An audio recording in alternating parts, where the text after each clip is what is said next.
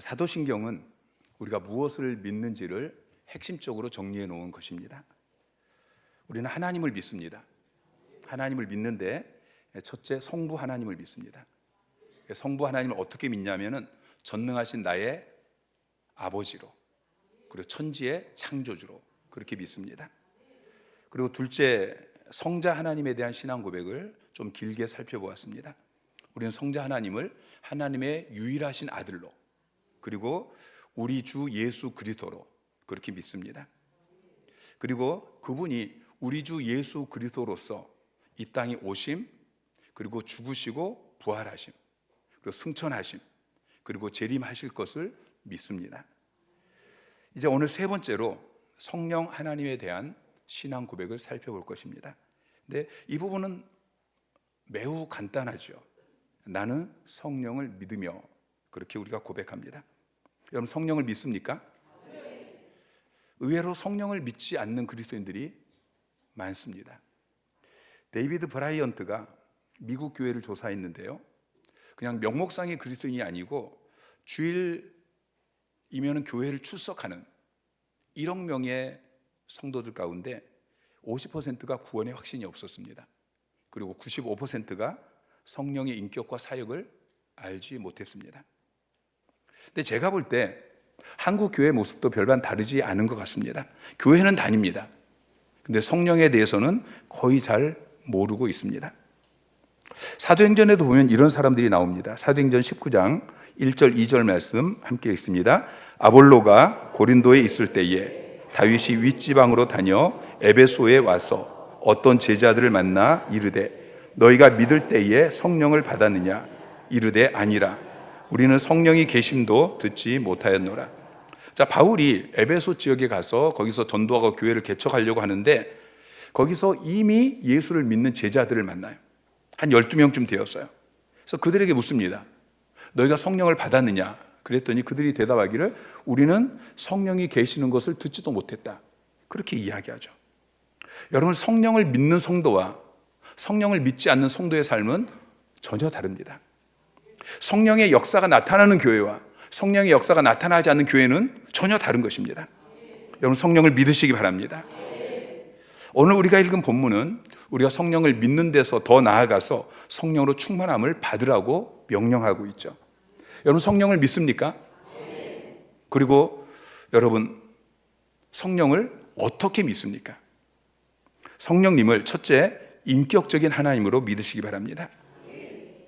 사도행전 5장 3절 4절 말씀 시작. 베드로가 이르되 아나니아야 어찌하여 사탄이 내 마음에 가득하여 내가 성령을 속이고 땅값 얼마를 감추었느냐? 사람에게 거짓말한 것이 아니요 하나님께로다. 자, 아나니아가 땅을 팔았습니다. 그리고 교회에 그것을 구제헌금으로 다 드린 것이 아니고 땅값 얼마를 감추었습니다. 그리고 전부 드렸다고 거짓말을 하죠. 그때 베드로가 아나니아에게 내가 성령을 속였다라고 이야기합니다. 자, 3절에는 내가 성령을 속이고 땅값 얼마를 감추었다. 그리고 4절에는 사람에게 거짓말한 것이 아니요 성령님께 거짓말한 것이다. 이렇게 이야기해야 되는데 하나님께로다 라고 이야기하죠. 성령님과 하나님을 동격으로 보고 있는 것입니다. 베드로나 또는 사도행전을 기록하고 있는 누가나 초대교회 성도들은 성령님을 하나님으로 믿었습니다. 자, 마태복음 28장 19절부터 20절까지 보면은 주님이 승천하시면서 이렇게 말씀하셔요. 너희는 가서 모든 민족을 제자로 삼아 아버지와 아들과 성령의 이름으로 세례를 베풀고 내가 너에게 분부한 모든 것을 가르쳐 지키게 하라. 자, 아버지와 아들과 성령, 이 아버지와 아들과 성령을 우리는 삼위일체 하나님이라고 이야기합니다. 아버지 하나님, 성부 하나님, 아들 하나님, 성자 하나님, 그리고 성령 하나님. 여러분, 삼위일체에 대해서는 뭐 짧게 설명할 수도 없고 또 길게 설명한다고 해서 이해가 되어지는 것도 아니고 그렇기 때문에 그냥 넘어가겠습니다. 자, 아버지와 아들과 성령은 세 분이 아니십니다. 한 분이십니다. 여러분, 하나님은 세 분이 아니셔요. 하나님은 한 분이십니다. 아버지 하나님, 아들 하나님, 성령 하나님은 한 분이시다. 그러니까 성령 하나님은 하나님이신 거예요. 여러분, 성령님은 귀신이나 유령이 아닙니다. 성령님은 어떤 에너지나 능력이 아닙니다. 내가 필요할 때 끌어다 쓰는 요술램프의 종과 같은 그런 존재가 아닌 것입니다. 성령님은 지정의, 지성과 감정과 의지를 가지신 인격적인 하나님이십니다. 어떤 분들은 성령님께서 오순절에만 역사하셨고 지금은 성령님이 역사하지 않는다라고 그렇게 믿는 사람들이 있어요.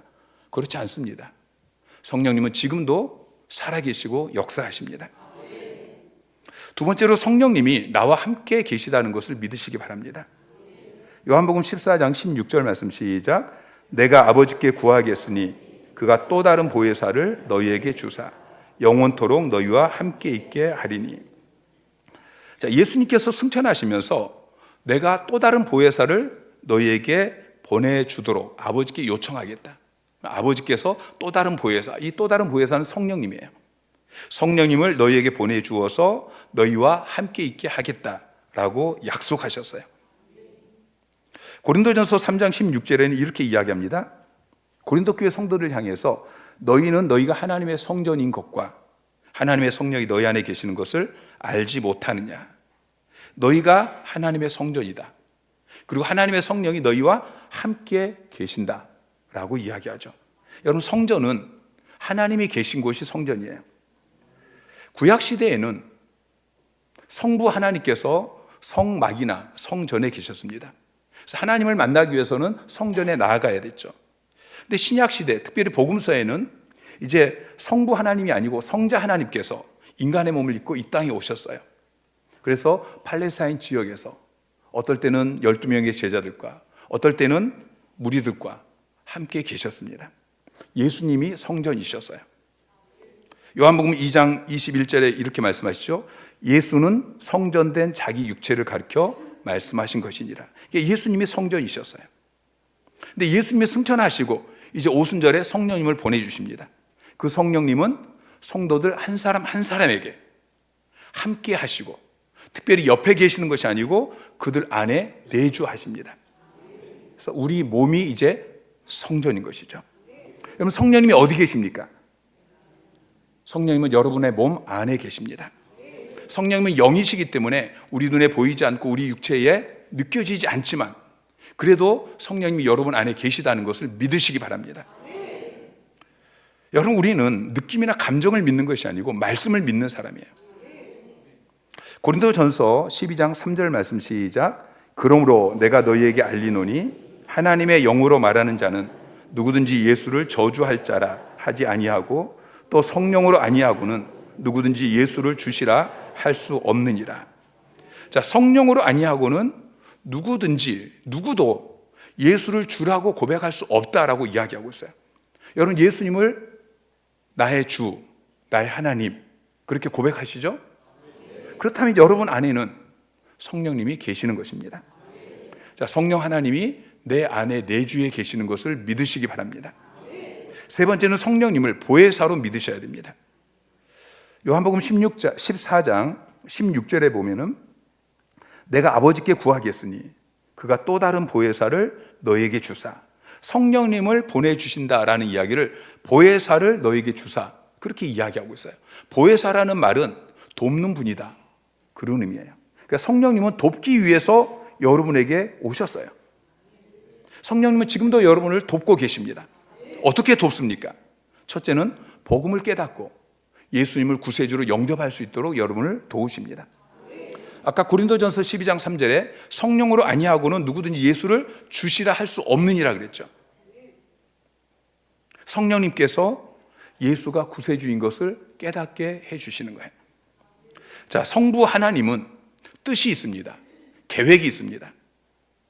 죄와 사망에서 우리를 구원해 주시고 우리를 하나님의 자녀 삼아 주시고 우리에게 영생을 누리게 하시는 그 일을 위해서 하나밖에 없는 예수 그리스도 자기 아들을 이 땅에 보내주시고 우리의 죄를 대신 담당하게 하시고자 하는 그 하나님의 뜻이 있습니다.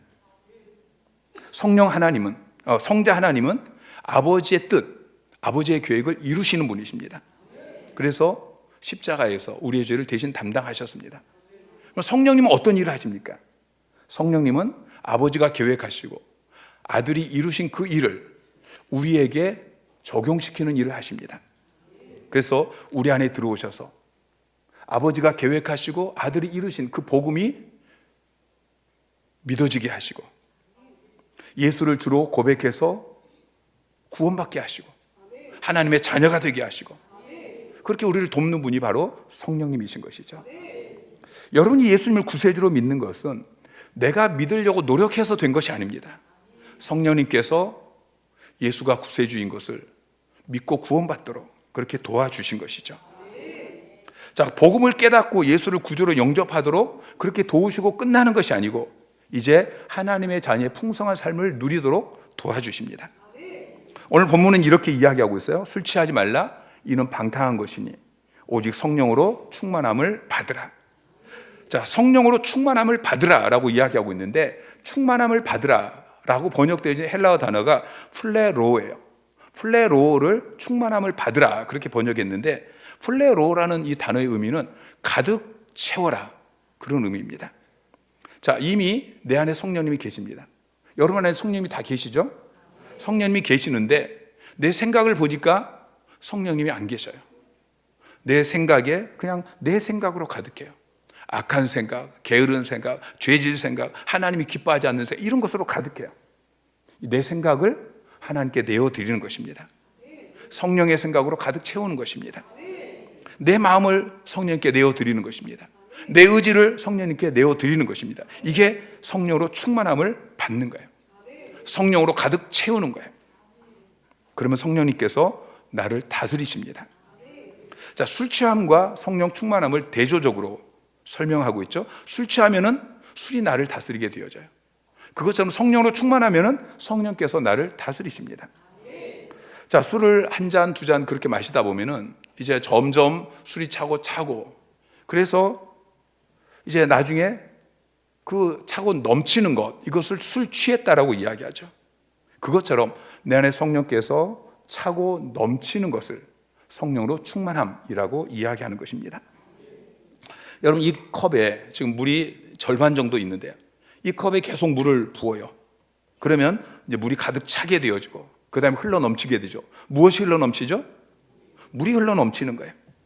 마찬가지로 내 몸에 술을 부어요. 술을 집어넣어요. 그러면 술이 점점 차오르고 나중에는 넘치게 되어져요. 무엇이 넘치게 되죠?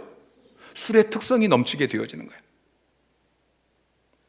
그런데 내 안에 성령으로 충만하게 되어지면 그 거룩하신 성령이 이제는 밖으로 흘러 넘치게 되는 것입니다. 내 안에 충만한 성령님이 내 삶 가운데 흘러 넘치게 되어지면 성령의 열매가 나타나게 되어져요. 내 안에 가득 계신 그 성령님이 사역의 현장에 나타나게 되어지면 성령의 은사가, 능력이 나타나게 되는 것입니다. 자, 갈라디아서 5장 22절 23절 말씀 시작. 오직 성령의 열매는 사랑과 희락과 화평과 오래 참음과 자비와 양성과 충성과 온유와 절제니 이 같은 것을 금지할 법이 없느니라. 자, 내 생각으로 충만하고 내 감정으로 충만하고 또 내 의지대로 내 뜻대로 살고 그러면 내 삶 가운데 계속해서 나타나는 것이 미움, 다툼, 시기, 질투, 불평, 불만, 포기, 분노 이런 것들이 나타나게 되어져요. 그런데 성령으로 충만하게 되어지면 내 삶 가운데 성령의 성품이 나타나게 되어져요. 남편이 미운 짓을 하고 아내가 미운 짓을 하고 자녀들이 미운 짓을 하고 그래도 사랑과 희락과 화평과 이런 것들이 나타나게 되어져요. 데이비드 파이퍼라는 분이 계셨습니다. 그분은 부모로부터 훌륭한 믿음의 유산을 받았습니다. 그런데 알코올 중독, 마약 중독에 빠져 있었습니다. 그분이 그 중독에서 벗어나기 위해서 하나님께 한 달 동안 간구합니다. 그러다가 어떤 집회에 참석해서 성령의 강력한 임재를 경험하게 되어집니다. 하나님의 불이 그에게 뜨겁게 임했습니다. 그는 소리내어 울고 회개하게 되어집니다. 그 순간 그는 그 모든 중독에서 해방되었습니다. 그는 마약, 술, 담배 이런 것에 대한 기억이 그의 오감에서 완전히 사라져버렸다라고 고백을 합니다. 그리고 거룩하게 되어져서 유명한 사역자로 사역을 하고 있습니다. 여러분, 우리 교회 안에 이런 일들이 수없이 일어나고 있습니다. 성령 충만하게 되어지니까 우울증이 치료되어지고, 평안과 기쁨이 넘치게 되어지고, 알코올 중독, 게임 중독, 도박 중독, 이런 것들이 다 끊어지게 되어지고, 성품이 회복되어지고, 용서할 수 없었던 부모를 용서하고 남편을, 아내를 용서하게 되어지는 것이죠. 자, 고린도전서 12장 7절부터 10절까지 말씀 시작. 각 사람에게 성령을 나타내심은 유익하게 하려 하심이라. 어떤 사람에게는 성령으로 말미암아 지혜의 말씀을, 어떤 사람에게는 같은 성령을 따라 지식의 말씀을, 다른 사람에게는 같은 성령으로 믿음을, 어떤 사람에게는 한 성령으로 병 고치는 은사를, 어떤 사람에게는 능력 행함을, 어떤 사람에게는 예언, 어떤 사람에게는 영들 분별함을, 다른 사람들에게는 각종 방언 말함을, 어떤 사람들에게는 방언들 통역함을 주시나니.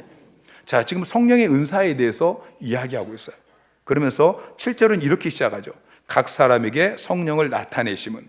자, 성령의 은사를, 성령을 나타내시는 것이다 라고 이야기합니다. 자, 내 안에 성령님이 계셔요. 근데 이 성령님이 내 삶 가운데 나타나요. 그러면은 성령의 열매가 나타나죠. 내 안에 계신 성령님이 사역의 현장에 나타나요. 그럼 그때는 성령의 은사로 나타나는 것입니다. 내가 기도하는데 갑자기 방언이 나와요. 이것은 내 생각이 내 입을 움직여서 기도하는 게 아니죠. 내 안에 계신 성령께서 내 입을 움직여서 기도하는 것입니다. 아픈 사람에게 손을 얹었어요. 그랬더니 그 사람의 병이 나았어요. 이건 내가 고친 것이 아니고 내 안에 계신 성령님이 치유 사역을 하는 그 사역의 현장 가운데 나타나신 거예요. 은사로. 주일학교 교사들이 아이를 가르치는 사역의 현장 가운데, 셀 리더들이 셀원을 가르치는 그 사역의 현장 가운데 내 안에 계신 성령님께서 지혜를 주시고 지식을 주시고, 그래서 사역의 현장 가운데 교회에서 사역하시는 분들은 반드시 성령으로 충만해야 되는 것입니다. 그리고 성령의 은사가 사역의 현장 가운데 나타나야 되는 것이죠. 초대교회는 첫 번째로 사역자를 세우면서 7 집사를 세우면서 그 기준 가운데 하나가 뭐였냐면은 성령으로 충만한 거였어요. 성령으로 충만한 사람을 사역자로 세웠습니다. 교사들은 성령 충만해야 됩니다. 셀 리더들은 성령 충만해야 됩니다. 성령께서 주시는 지혜와 지식의 은사를 가지고, 가르침의 은사를 가지고 사역해야 됩니다. 교회 안에서 봉사하시는 분들은 성령으로 충만해야 합니다. 성령께서 주시는 섬김의 은사를 가지고, 대접의 은사를 가지고 사역해야 됩니다. 전도자는 성령으로 충만해야 됩니다. 오순절에 성령으로 충만한 제자들이 밖으로 나아가서 전도할 때에 하루에 3,000명이 회개하고 죽게 돌아오는 역사가 일어났습니다. 이건 성령으로만 가능한 사역인 것이죠. 성령님은 우리를 돕습니다. 우리를 어떻게 돕습니까? 우리가 예수를 구주로 영접하도록 성령은 우리를 도와주셨습니다. 그리고 지금도 계속해서 우리가 하나님의 자녀의 풍성한 삶을 살 수 있도록 우리를 도우십니다. 우리의 삶의 현장에 성령의 열매가 나타나도록 도우십니다. 사역의 현장에 성령의 은사가, 능력이 나타나도록 도우십니다. 뿐만 아니라 말씀을 읽을 때, 말씀을 들을 때 그 말씀을 깨닫게 도와주시고, 기도할 때 성령께서 도와주시고, 우리 어떤 일을 결정해야 될 때, 인생의 길을 걸어갈 때 우리의 길을 인도해 주시고 보호해 주시고, 성령님은 날마다 우리와 함께 계시면서 우리를 도와주시는 분으로 믿으시기를 주님의 이름으로 축원합니다. 자, 우리가 성령의 도우심을 받으려면 어떻게 해야 됩니까? 성령님께 내 삶을 내어드려야 됩니다. 맡겨야 됩니다. 그러면 우리가 성령으로 충만해져요. 그 결과 성령의 도우심을 받는 삶을 살 수 있고 사역을 할 수 있는 것입니다. 여러분, 성령을 그렇게 믿으시기를 주님의 이름으로 축원합니다. 그리고 성령의 충만함을 받으십시오. 근데 오늘 본문은 성령 충만함을 계속 받으라고 명령하고 있습니다.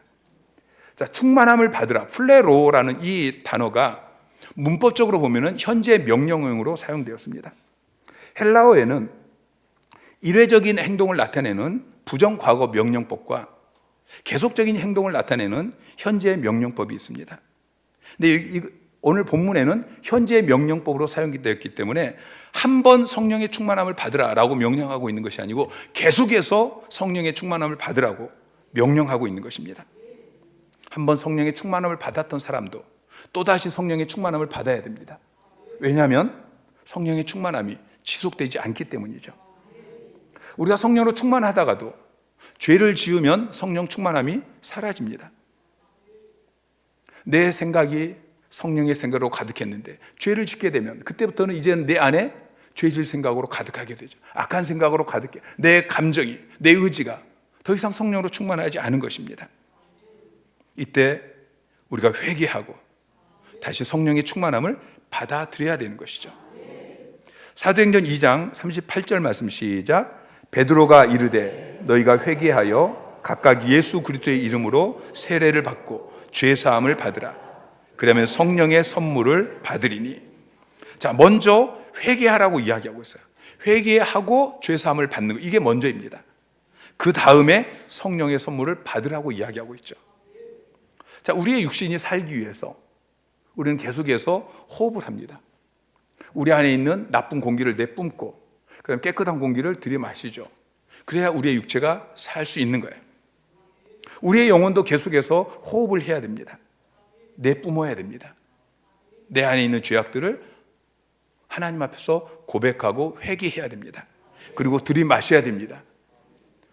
성령님을 다시 한번 요청하는 것이죠. 성령님 내 안에 들어와 주십시오. 충만하게 나를 다스려 주십시오. 여러분, 순간순간 성령으로 충만해지시기를 주님의 이름으로 축원합니다. 여러분 안에 죄가 생각날 때마다 내가 이제 성령으로 충만하지 않구나. 그래서 여러분의 죄를 고백하시고 회개하시고 그리고 성령님 다시 내 안에 들어와 주십시오. 내 생각을 다스려 주십시오. 내 감정을, 내 의지를 다스려 주십시오.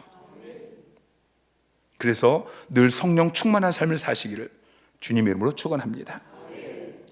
자, 마지막으로 성령의 특별한 임재와 영적 체험에 대해서 말씀을 드리겠습니다. 사도행전 2장 1절부터 4절까지 말씀 시작. 오순절 날이 이미 이르매 그들이 다 같이 한 곳에 모였더니 호련히 하늘로부터 급하고 강한 바람 같은 소리가 있어 그들이 앉은 온 집에 가득하며 마치 불의 혀처럼 갈라지는 것들이 그들에게 보여 각 사람 위에 하나씩 임하여 있더니 그들이 다 성령의 충만함을 받고 성령이 말하게 하심을 따라 다른 언어들로 말하기를 시작하니라. 자, 제자들은 이미 예수님을 믿는 사람이에요. 그러니까 그들 안에는 성령님이 계셔요, 안 계셔요? 계시죠. 근데 오순절에 그들이 기도할 때 그들에게 또다시 성령께서 임하셨어요. 이건 특별한 임재입니다. 그리고 특별한 현상이 나타나죠. 성령께서 임하실 때에 소리가 들렸어요. 그리고 눈에 보이는 것이 있었어요. 그리고 방언을 말하게 되어지죠. 지금도 금요 기도회 가운데 그리고 치유 수양회 가운데 성령께서 특별하게 임재하시면서 특별한 체험들을 주십니다. 특별한 현상들이 보이기도 하고 느껴지기도 하고. 자, 성령께서 내 안에 이미 계시는데 왜 또다시 특별하게 우리 가운데 임하시고 또 특별한 영적 체험을 우리에게 주십니까? 자, 성령님은 내 안에 계십니다. 여러분 믿으십니까? 성령은 내 안에 계시는데 그래서 그분께 내 삶을 내어드리고 성령 충만한 삶을 살아야 되는데 그래서 성령의 열매가 나타나고 성령의 은사가 나타나야 되는데 많은 사람들은 성령님이 계시는 것조차도 잘 모릅니다. 내 안에 계시는데 눈에 보이지 않으니까 느껴지지 않으니까 성령님이 계시는 것을 모른단 말이죠. 그래서 성령을 믿지 않고 그리고 성령님께 내 삶을 내어드리지 않고 사도신경을 외울 때만 나는 성령을 믿으며 그러는데 실제로는 성령을 믿지 않습니다. 그래서 내 삶을 성령께 내어드리고 성령 충만한 삶을 살지 못하는 것이죠. 그래서 성령님께서 우리가 볼 수 있게 느낄 수 있게 그렇게 우리에게 특별하게 임하시고 역사하시는 것입니다. 또 성령께서 특별하게 임재하실 때에 특별한 일들을 하십니다.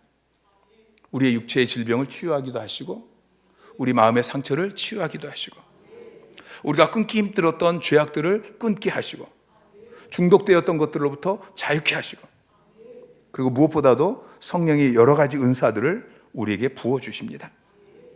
그래서 우리 몸 안에 여러분이 성전이고 여러분 안에 이미 성령께서 계심에도 불구하고 우리는 성령의 특별한 임재와 영적 체험을 또다시 해야 되는 것이죠. 자, 사도행전 8장 17절에 보면은 이에 두 사도가 그들에게 안수하며 성령을 받는지라 그랬어요. 빌립이 사마리아에서 복음을 전합니다. 그때 많은 사람들이 예수를 믿고 세례를 받았어요. 근데 그들 안에 성령께서 계시지 않았습니다. 그래서 빌립이 예루살렘 교회에 사도들을 요청하니까 예루살렘 교회가 베드로와 요한을 사마리아로 보내줍니다. 그 두 사도가 이미 예수를 믿는 그 사람들에게 성령 받기를 위해서 안수하고 기도할 때 그들에게 성령께서 임하셨어요. 두 사도가 그들에게 안수하며 성령을 받는지라 그랬죠. 어거스틴이 살던 4세기의 기록을 보면은 교회에 새 신자들이 나올 때에 교회는 그들이 성령 충만함을 받을 수 있도록 장로들이 그들에게 안수하고 기도했다라고 기록에 남아 있습니다. 지금도 그렇게 해야 합니다. 그런데 대부분의 교회가 그렇게 하지 않고 있죠. 성령의 특별한 임재와 영적 체험이 없으신 분들은 이번 주 금요 기도에 나오시기를 바랍니다.